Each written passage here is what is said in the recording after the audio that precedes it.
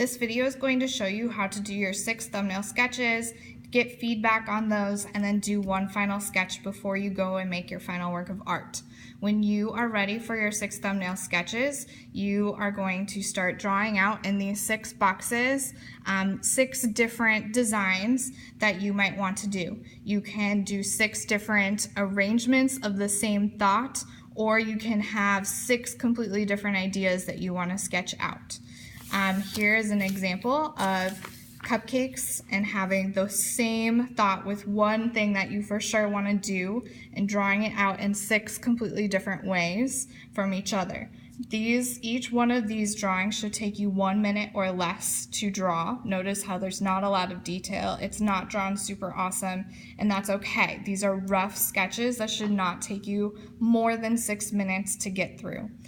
After you've done these 6 sketches, then in your sketchbook or in your packet, you're going to go back to your peer feedback here.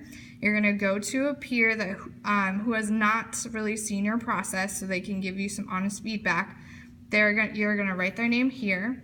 They are going to give you one piece of positive feedback, something they like or something they see that is going well, and then they will sign it here. They're going to then ask you a question about your art. So maybe they ask what kind of balance you have in your art or what kind of materials you want to use.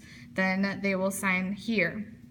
Then they're going to give you a suggestion. So maybe they could say something like, well, maybe you can use this material instead to help show different contrast with your colors. And then they'll sign here. Then from your feedback and from your own thoughts and ideas, you're going to choose your best thumbnail sketch that you like the most. Then you can redraw that here with more detail and with any small little changes that need to be done. Making sure that you have met the criteria that you need to. So I chose one of my thumbnail sketches here and I redrew it with more detail.